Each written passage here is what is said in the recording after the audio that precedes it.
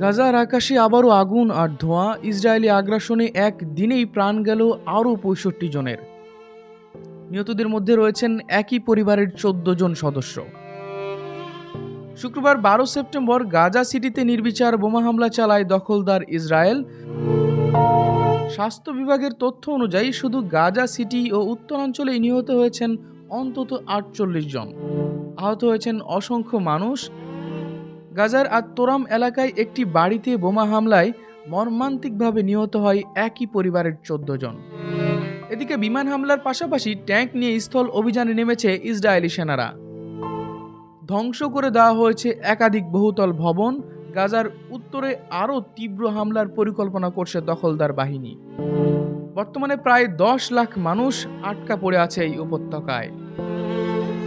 ২ বছর ধরে চলা এই আগ্রাসনে মোট প্রাণহানি বেড়ে দাঁড়িয়েছে প্রায় ৬৩,০০০-এ।